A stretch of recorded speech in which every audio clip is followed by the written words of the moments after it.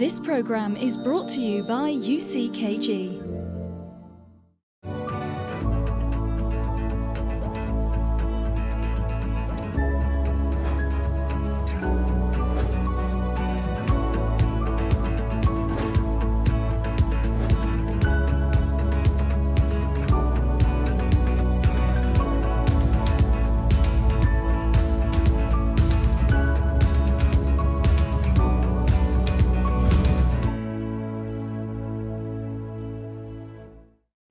Hello and welcome to Love Talk. Yes, we're excited about this program today because as you can see, we are starting in a different way, in a different place. This is a workshop. We have a nice set of tools here.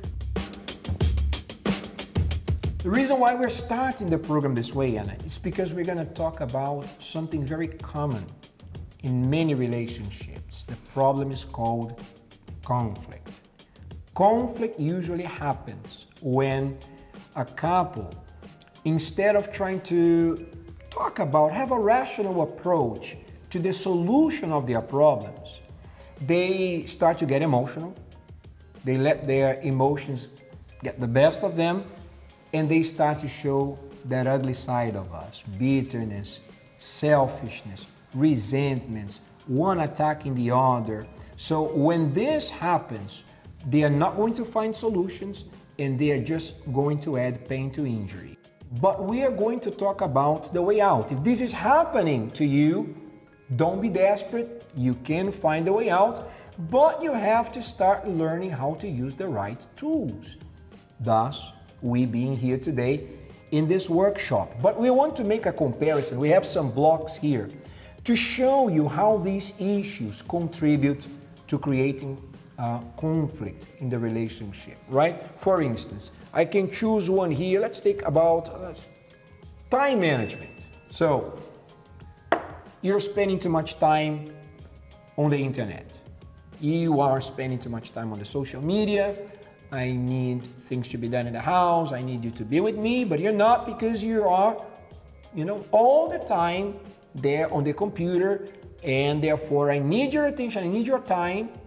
It could be, you could be towards me, it could be the man or the woman. We don't find the balance, and sometimes it's towards the work also. Could be the person is a workaholic. Usually time management is a sign of lack of balance. That's true. So another one that I'm going to choose here is family interference. Many times when you get married, we start a new family, but then our family, our relatives, mothers, sisters, they want also to give opinions in our relationship. Opinion is fine, but it should be always constructive, always positive. I would love that my relatives would think nice of you. And I believe that the same, right, concerning my relatives towards you. But the issue of family interference is when the family begins to make comments, negative ones about the partner, not based on facts, serious, right? or serious situations such as infidelity, abuse, or the like, but based on likes. Yeah. Oh, she laughs too much. Think, huh? Yeah, or they think. So we have to remember, we all need to remember, we didn't marry the brother, the sister, the mother, the father. You married the person you love. And any comment against that person that is not related to a serious character flaw should completely be disregarded, and the best thing to do is even to say, hey, we're gonna stop this conversation right here.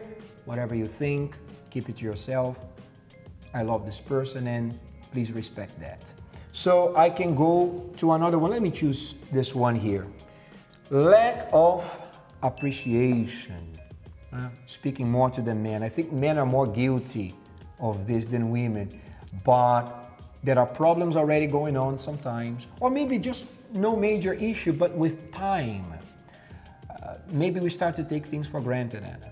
And usually the wife, she does her hair, she does her makeup, or she changes the house or buys something new, and she expects that the husband or the partner will notice, will make a comment on this. But many times, men, they are not attentive to detail as women are. But this is not an excuse for us to have lack of appreciation.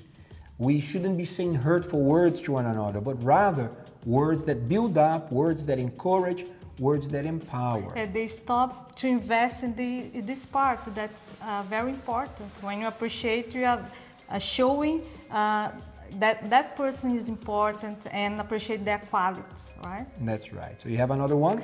Another one is bad communication. Ooh, big one. And in the beginning of our marriage, we also had this problem because I was using my emotions, not reacting in a good way. Yeah, we were both guilty of this. This was a mistake, and usually it was a new relationship. It was our first marriage for both of us. We were very new to this. And one mistake that I made was not to understand the differences. We're going to speak more about this into the show, but I was expecting from you the behavior of a man, to be pragmatic, to be on time. I didn't understand that you have to do things that I don't. For me to be ready is just, put my clothes on and boom, you have to put on your makeup, you have to do your hair. Many men, they don't have this understanding.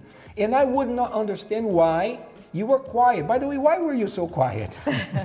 I didn't want to say, I want you to know, to know what I was feeling. Yeah, that's what many women do. Then from the women's point of view, they expect that the men should just know. Yes. We don't. If you don't tell us, it's a clue here. We're not gonna know. Don't expect that. Tell us. Tell us straight. Tell us this. You see, we're already giving them tools. This is a tool. When you tell him straight, when you understand she is not like you, she'll never be you because she's a woman. She's not a man. So when you understand these tools, you're going to use the right tool. Yeah, right? Very good. So I can talk about another one. Intimacy problems. There are problems already going on. Who doesn't have some level of stress today? Yeah. Right? So we have busy days. We have emails coming in. In the past, there was no such thing. 1 o'clock in the morning, you are receiving notifications on your smartphone. So if we're not careful, we will start, the couple, they will start to have problems. They're not gonna pay enough attention to this, which is very important because the health of a relationship depends very much on the good intimacy. It's a basic need of a relationship. Just like eating to your body, right? Just like water, drinking water. When you don't eat, when you don't drink water, your body will suffer. Your relationship will suffer. It will bring a huge strain if you are not having good intimacy. And that will lead to other problems, right? That will lead to other problems, of course. So we have another one there. So, different goals. Sometimes when you are in a relationship, one have a goal to have a job in another country. Yes. And another one is going to work here, but they don't come together to decide what is the best for the relationship. In a case like this, somebody has to compromise, right? They have to be able to, okay, who is going to be prioritized, right? Okay, I'm gonna sacrifice my career because I want you to be successful in yours. And sometimes it's not forever, just for a period of time. But these things need to be very well defined even before a relationship starts. Because if you're only going to find out that you have very opposite goals, maybe conflicting ones, after you are in the relationship, of course, you're not going to know everything about your partner before. But this is important, to talk about the goals, to talk about what they dream. And if there is a clash, then you have to see how you're going to approach it. You need to have a plan. Yes. And there's another one there. Financial strain. So you see, you have one or more of these issues. They are not being approached in a rational way. You're not using the tools, or maybe using the wrong ones. Right? Imagine if I was trying to... On the wrong time. At the wrong time. I cannot, or at least I can, but it's going to be hard for me to nail into the wood with this, right? Or I don't know, to try to find the size of something, to measure something with a hammer. Right? To use the hammer to cut a piece of wood. So you need to have the right tools, and you need to know how to use them. When you don't, then for the slightest of things, maybe something that was just, but it's just like this, it's the drop that makes the cup overflow. Conflict comes, and that's what it does to the relationship. Destroys everything. It could be avoided. All these problems that we spoke about, and there are more, they can be addressed in a rational way. You can find solutions. Can be solved. But not when you let the emotions get the best of you and you just let conflict take over. So we're going to be speaking about this today, all right? We have more to show. But before we show you, we would like to see now the interviews, people's opinion on the streets of London on today's subject. Let's see what they had to say.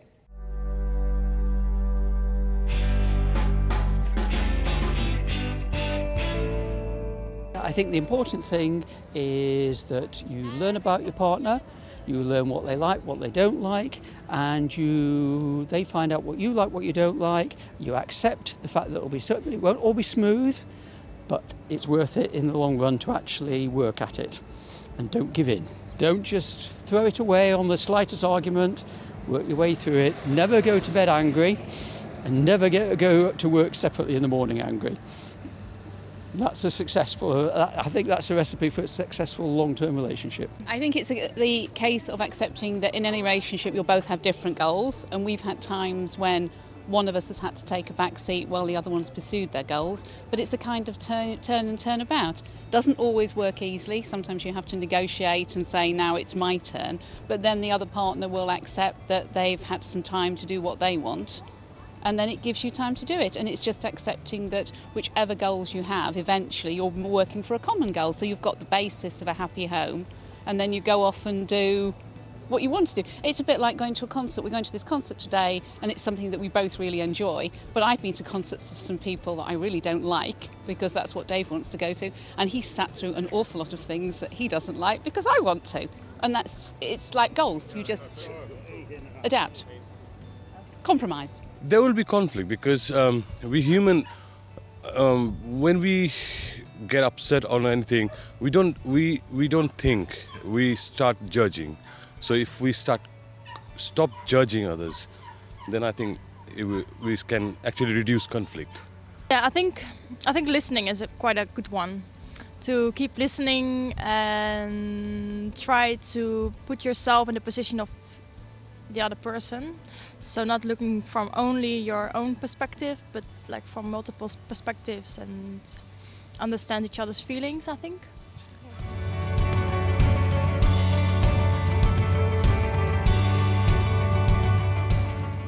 I think recently a lot of people avoid anything, avoid confrontation, avoid conversation, and that's what causes a lot of relationships, I think, to fall apart, because if you can't talk about easy things or difficult things, then you just grow apart.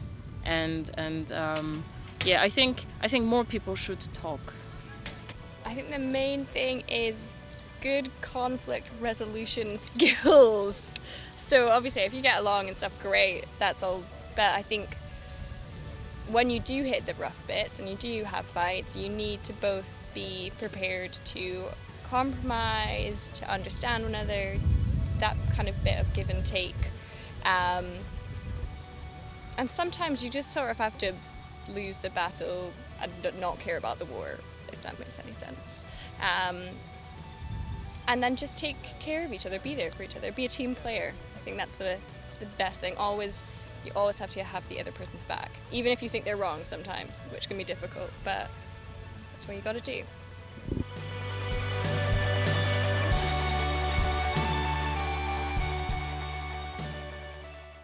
It was nice to see what people said on the streets. That's right. And on today's show, we're going to speak more about it.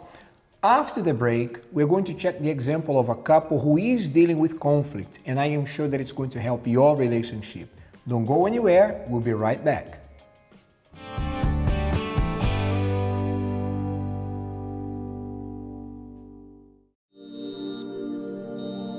This program is brought to you by UCKG.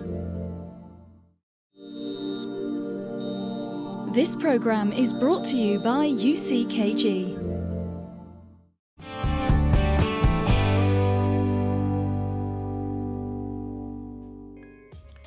Welcome back. Well, before the break, we showed some of the problems that, if not solved, can become huge conflicts in your love life. All couples are going to have different opinions or ideas through life. But if you have a conflict, that means that you both have something to fix in the relationship. Let's check out a conversation that Keisha and Oliver had in our case study. They have some issues to work out so they can have a successful relationship. Let's watch it.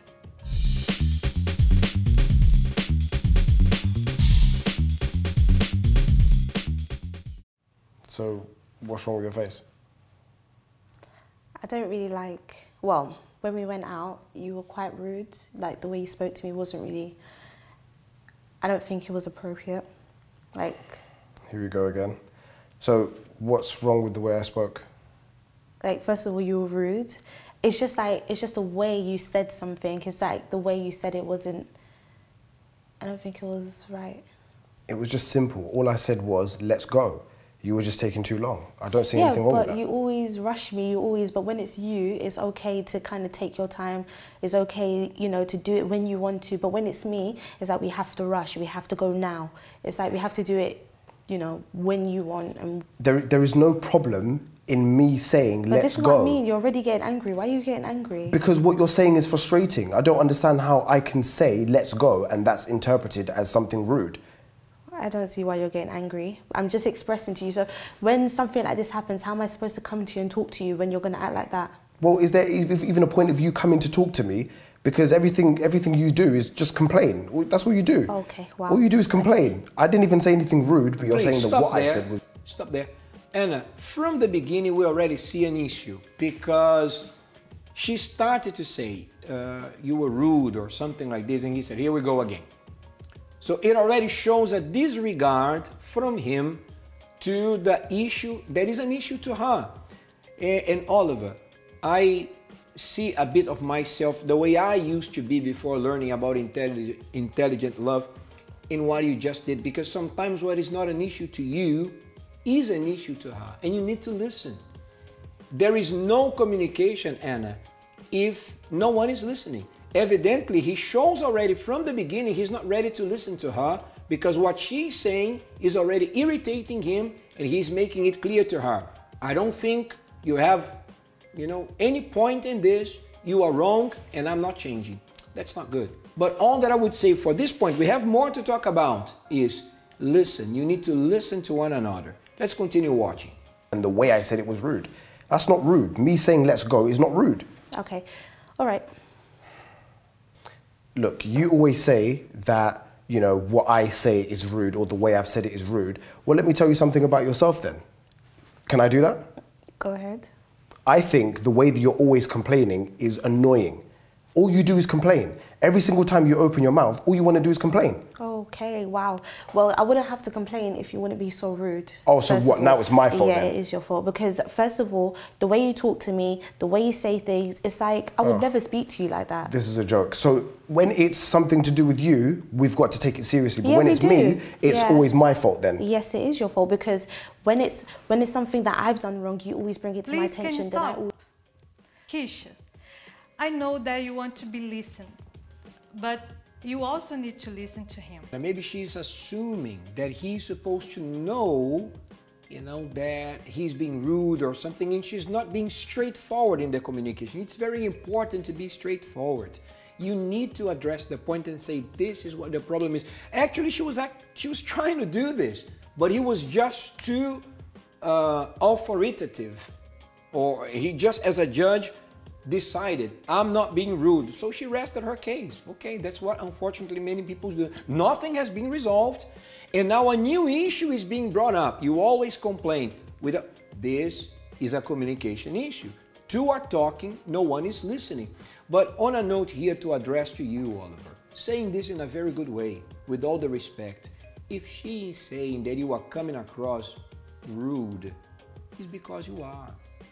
And it's not that big of a deal for you to be kinder. It's to your wife. I'm sure you do this at work. When you get upset at work, do you start telling your boss, oh, this is a joke. Oh, here we go again. And give that eye roll like this? You don't do that. You keep your emotions at bay. I know marriage is not business, we said it before, but you solve problems in marriage just like you solve problems in business, not using your heart, using your mind. That's why we speak about intelligent love, all right? Now let's continue watching, there's more to say. We have to apologize to you, but when I'm bringing something to your attention, now it's like a big issue. Why do we have to go around in circles? Why can't we just discuss it like grown people? Exactly. Why can't we just discuss it instead of you complaining? There's a difference between discussing things and complaining. Well, why as can't I you just said understand in the that? beginning, I won't have to complain if you weren't so rude about certain things. Whatever. Yeah, okay. Stop there, please. Can you stop? Oh, here you are. Look at the expression, Ana, on both. No eye contact. I'm not saying it's funny, you know, they're being honest. But her point is, you're being rude. She's not asking him, I want 10 billion pounds on the table tomorrow. I wish that you could fly. She's just asking him to be kinder. But what is the problem? He's not listening. And he's saying, you're complaining. And it frustrates me. And she's giving her justifications. But at the same time, he's not asking her, you know, to design a rocket. It's not about rocket science. He's just asking her, don't complain. You know? And you see the body language, they are very like...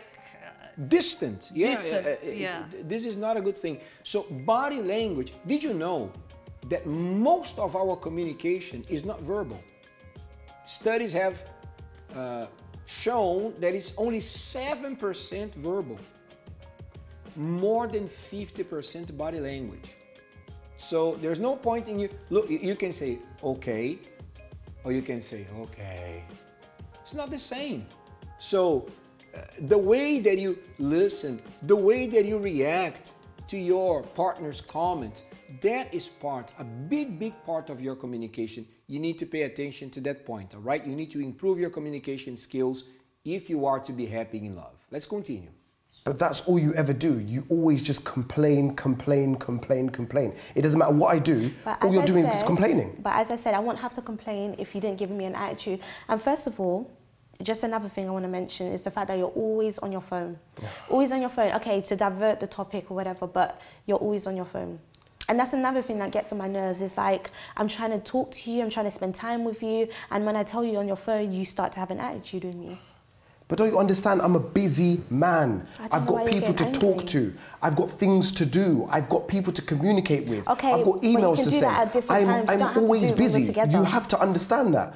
But when we got together, I was already busy. Oh, wow. So you just have to deal with it. No, Sorry. I don't have to deal with it. You're going to have to deal with it. You have to change that. I'm not going to change anything. Why do I have to change? When we're together, having a meal, you know, doing something nice together, you're always on your phone. It's like you're glued to your phone. Like if I take away your phone, it's like you're going to die. It's like, you know, your world has come to an end. Like I said, it's because I'm always busy. I told you that. Okay, busy 24/7? Yes, busy 24/7. Okay, but wouldn't it be good if you can just put your phone aside when we're together? Like, it's not even that long. We're hardly together. In the space of 10 minutes, I can get 100 emails. I don't have time to stay away from my phone. I need to stay with my phone. That's the problem. And that's why we have arguments. Stop that's there, why please. Could you let me speak here to Oliver. Oliver. We are all busy, Oliver. I know you can get 100 emails in the space of 10 minutes, but let's be reasonable. Do all these 100 emails that you can get in 10 minutes need a reply immediately? Or some of them could be replied the next day, maybe the next week. Her point is that you're not paying enough attention. So if your only case is, I'm a very busy man, that's how I was before I met you, then sorry. Sometimes teachers need to be tough, and I'm going to be tough on you now. Maybe you should have married your mobile, not Keisha, because she needs your attention. Anna, we're not saying that work is not important. We are busy too, we have our work, but we make sure that every day we have the time for ourselves. Put the phone away sometimes, have a meal together. Sometimes it's not that we need to speak about, world peace or anything, that amazing conversation, but little things about the day are good enough for us to develop the relationship, to feed it every day. That's true. So, yeah, what's important for us, you make time, right?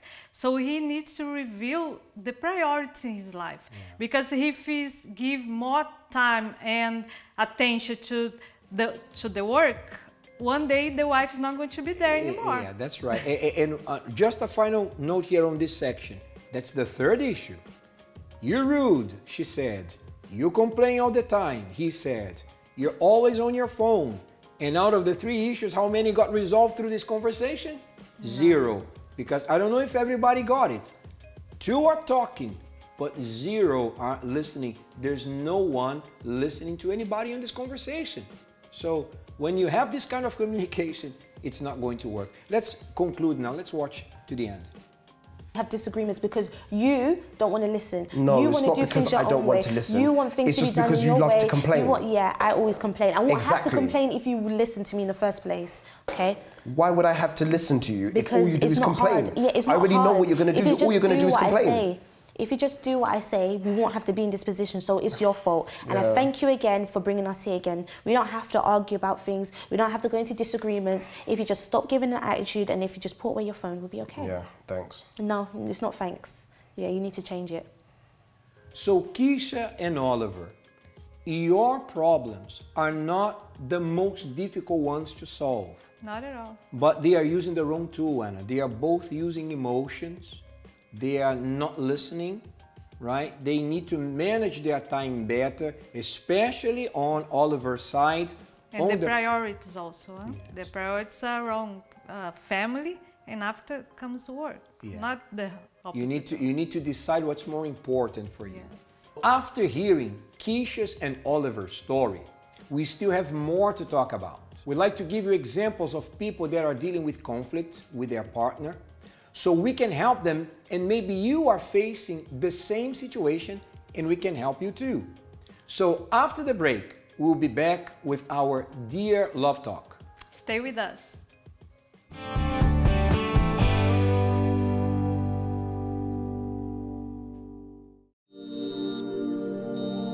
This program is brought to you by UCKG. This program is brought to you by UCKG.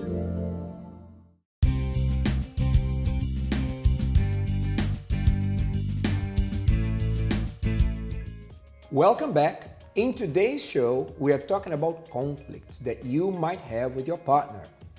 Now let's check some messages that were sent to us for our Dear Love Talk. And you can write to us your questions about any issue in your daily love life.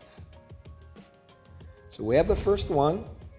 We have been married for 11 years. We always had everything we needed, good jobs, and a wonderful family. But when I lost my job, my relationship began falling apart. We are sad, pessimistic, stressed all the time, and always arguing. I am afraid something worse can happen. So, dear friend, I know it's short here what you write, but Ana, the marriage, every relationship actually also has to stand the trials of problems, of difficult times. Actually, they've been married for 11 years. This is a part of the vows that we exchange on the wedding day. We're not only happy, excited, and strong together when everything is going well, but we also have to weather the storm. And especially it's during problems that a relationship could go even stronger. When maybe you say here that you're pessimistic most of the time, probably it's because you're focusing more on the problems than on trying to find a solution together, putting their heads together to find a solution, right? Yeah, I think at this moment they should analyze how is their relationship, because as you said, should not be based only happy times, right? Mm-hmm. They should, something was lacking. Mm-hmm. And this time they should be closer to solve these problems together and come out stronger. And you know, you're probably using emotions. You're probably going by emotions. You're letting your emotions take control.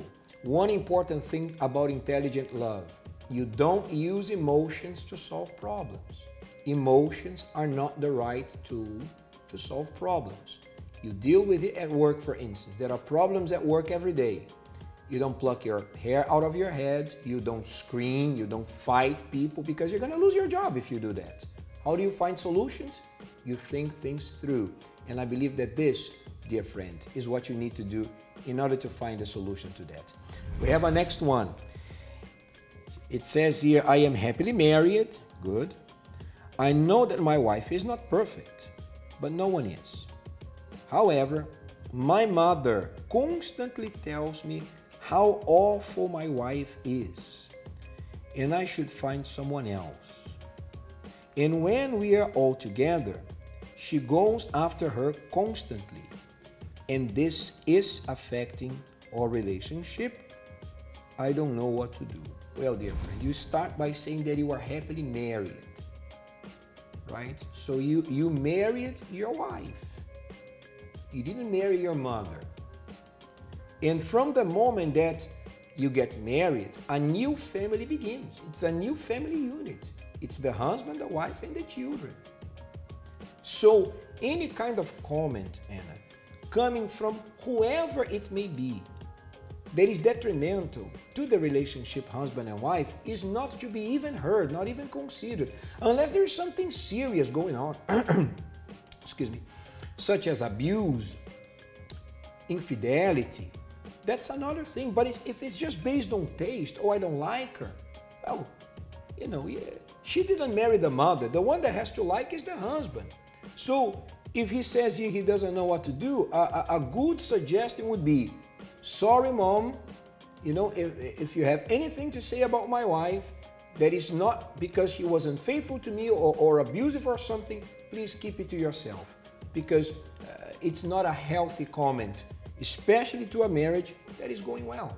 Many people, they can give their opinions, but you need to know who you got married to, and it's your life, it's your marriage, so you should protect it.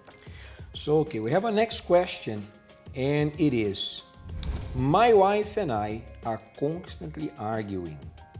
We haven't had intimacy now for nearly 5 months.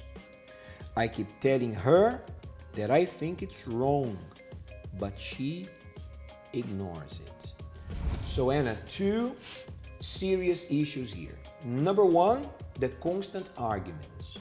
So, of course, that we don't have to see eye to eye with everything. It's not realistic, that idea of a perfect relationship where they agree on everything. We don't agree on everything, right? Yeah. There are things, especially in taste and things that but we have to respect each other's differences. And if there has to be an argument, let it not be an argument that involves disrespect, yelling. Talk about things. Once again, I have to touch on the subject of how we solve problems at work. We don't shout, we don't attack, we don't disrespect. There are problems and sometimes different views, but how do we come to conclusions? How do we come to solutions? By talking, by communicating. So instead of arguing, my dear viewer, communicate, talk. Now, on the other matter, Anna, of the lack of intimacy, then it's something even more serious, because the intimacy of a couple, I could make a comparison to eating.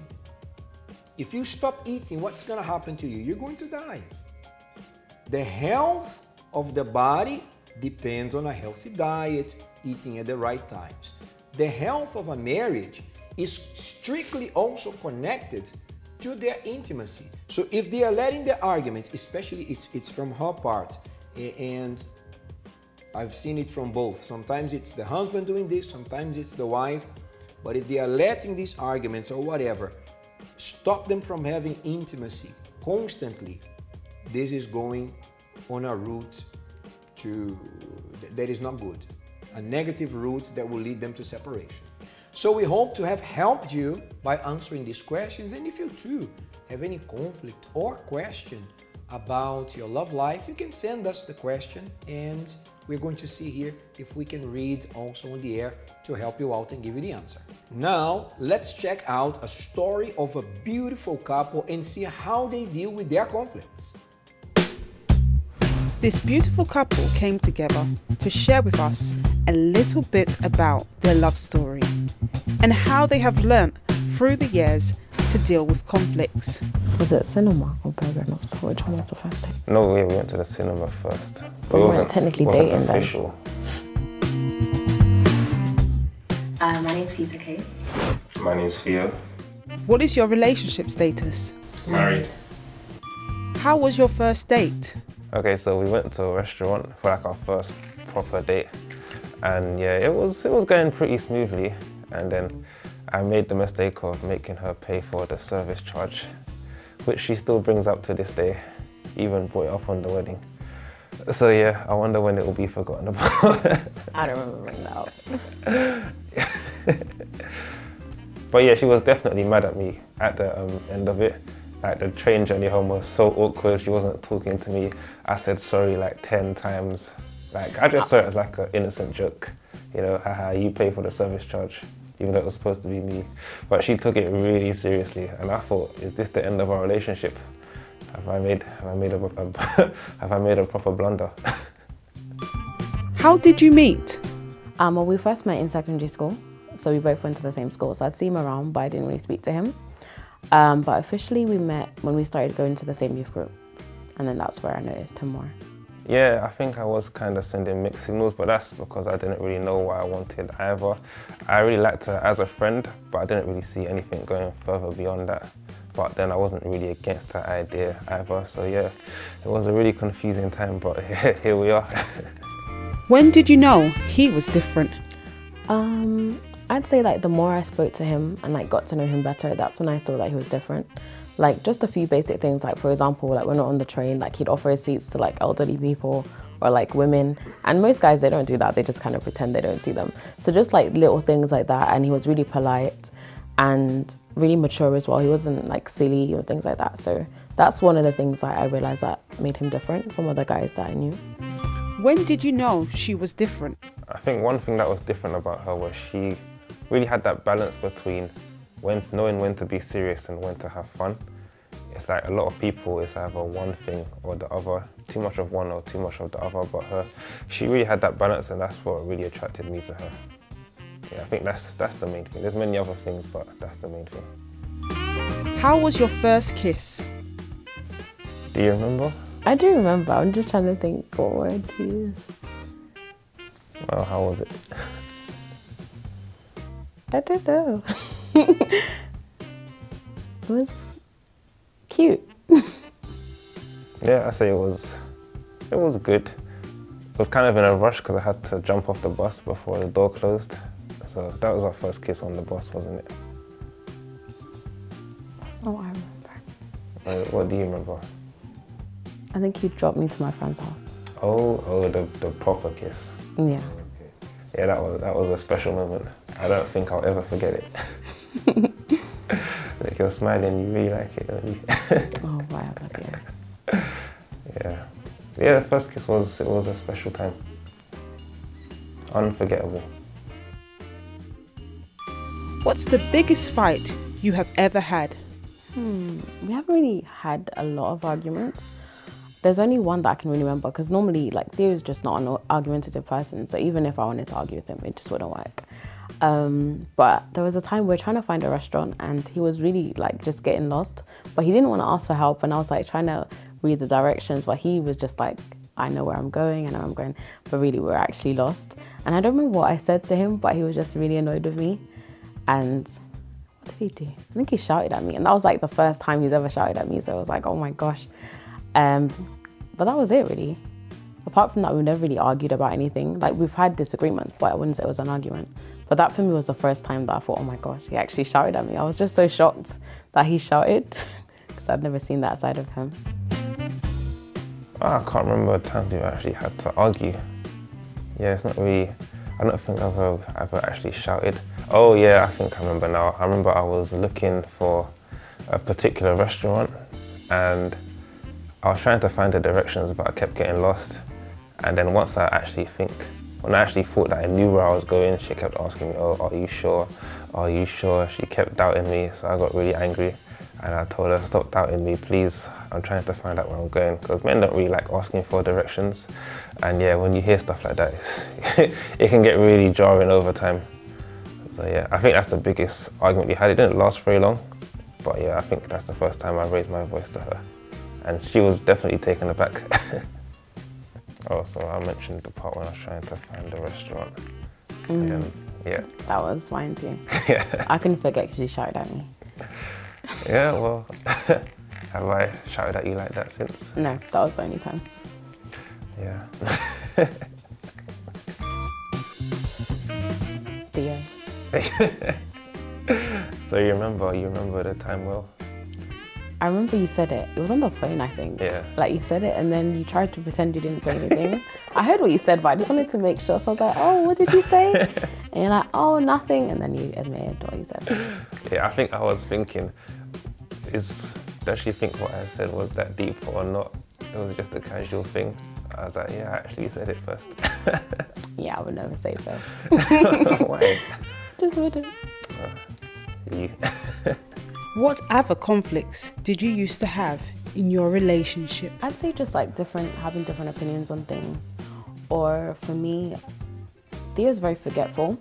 And it's only like recently I've learned that it's not an intentional thing. Like, so sometimes I'd get annoyed with him. Like, he'll ask me the same thing that he's asked me before. And then I'll think, oh, you just weren't listening to me. So for me, that would really, really annoy me.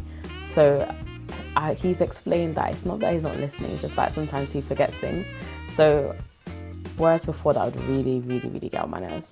Now I just kind of just repeat calmly to him, you know, whatever it is that he's forgotten. But that was one thing that really would irritate me a lot.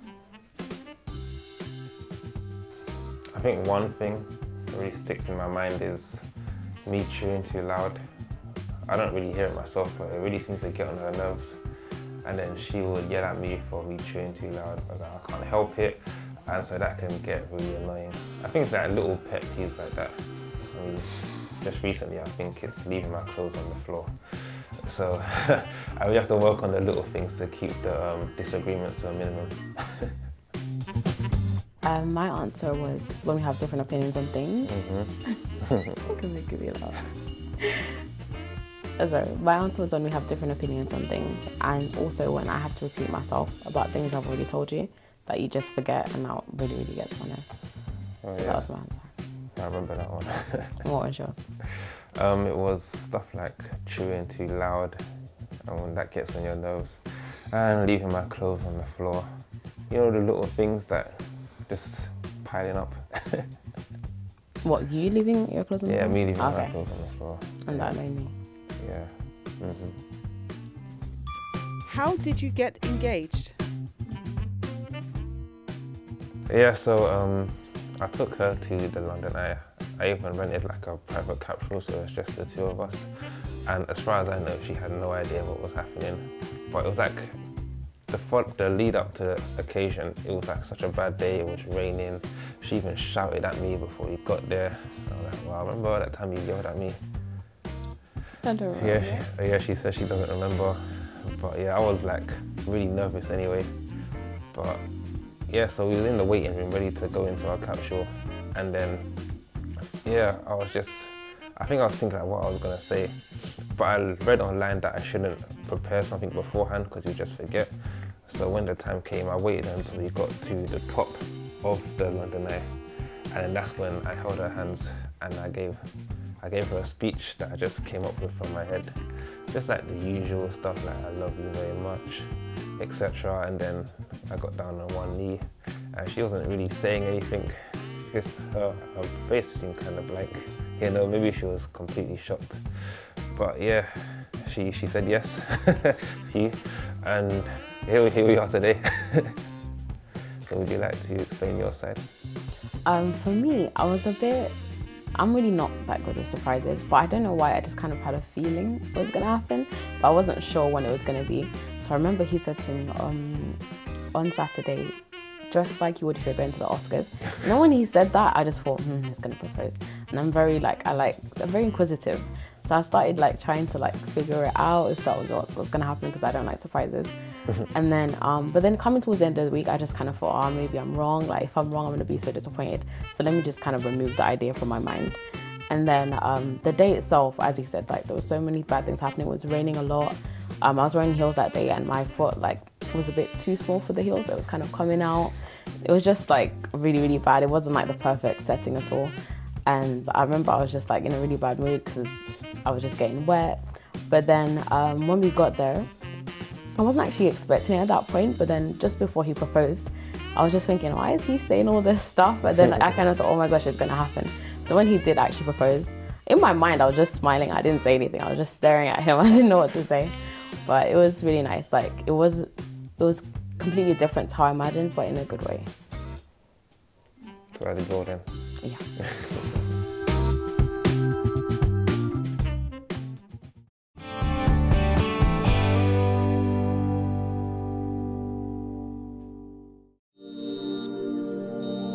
This program is brought to you by UCKG. This program is brought to you by UCKG.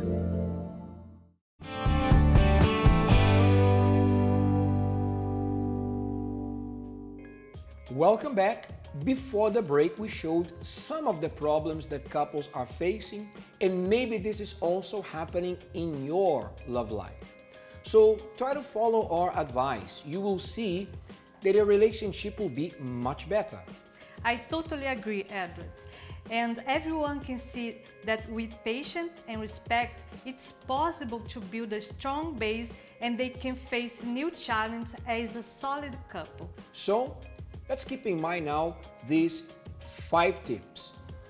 Tip number 1, don't argue, rather communicate. So it's important to bear in mind that when you are focusing on the solution of a problem, Anna, not to use emotions. I know emotions can rise, especially when there is a disagreement, but you need to keep your emotions at bay. And remember this important tool. You solve your problems in marriage just like you solve your problems at work. You don't use emotions, but you use your reasoning. You think things through and you unite with your team to find a solution. When you use emotions, you don't go anywhere. Just stay there in the problem, but with no solution or results. And the tip number 2. Number 2, don't ignore problems. Sort them out. So, for example, if you receive a bill in your mailbox, if you don't open or you throw it out, throw it away, that doesn't mean that the bill is going to finish. Right, Edward? That's right, and it's even dangerous, right? I would say when you ignore something like this, it's gonna come back, in the case you mentioned, it's gonna come back next month double, right? Or you don't ignore like a sharp pain to your chest and you say, oh, that's nothing. No, go to the doctor because God forbid it could be a heart attack on the way. So when you ignore problems, they are not going to get better. They get worse, right? Yeah, and serious problems are not like a slight headache that you just let it heal on its own. If you don't take care of the problems, you are going to make them worse. Don't be afraid of acknowledging a mistake. Well, that's hard for many people to do, to say I'm wrong. Or even for men, Anna, many times there are men who never say I'm sorry because they think that will make me weak, that will make me look like someone who doesn't know what I'm doing. But actually, that's quite the contrary, because it takes strength and humility for one to admit their mistakes and also to say I'm sorry. There's nothing wrong with that. And this doesn't help in the relationship. When you show that we are humble to acknowledge our mistakes, the other person will sympathize, and that will bring peace to the relationship. Which brings us to tip number 4. So number 4 is agree to disagree. In a relationship, the ideal thing is that there is no judge. There's not just that one that says, it is like this. Or right or wrong, right? Right. You need to be able to agree to disagree. That's the point. It's okay. You think like this. You're not me. I'm not you. And actually, this is a good thing. That's the whole idea of marriage, right? Your partner will show her point of view, his point of view. But if you completely block it, then how will you ever be able to be influenced by one another? So allow him, her, to show you a different point of view and be okay with it. Which brings us to tip number 5. Your partner is not your enemy. So you have to understand one thing. You need to team up and fight against the problem, the issue at hand, and not against one another. What happens is that many times, and like we even saw today during the case study, couples start to attack one another and the problem keeps growing. There's a fire. Imagine we are in a room and pretend there is a fire here, God forbid, but then the fire is burning and I take a bucket with water and you have a fire extinguisher. Then I start to push you away and say, no, we can't use the fire extinguisher. We have to use water. And you push me away and you say, no, the fire extinguisher is the right. And the fire is burning. The fire is consuming the building and while we are arguing. So we cannot fight against each other. We shouldn't be doing this. We should fight against the problem. That is intelligent love. And that's how they're going to solve a problem, not fight each other, right? That's the idea. So these were our tips in the Love Talk show today. I just hope that our tips here today will help couples create a better relationship. Yes, Anna, and we are here to help you. We are finishing our show today, but we will be back next week. Bye and see you next time. Bye-bye.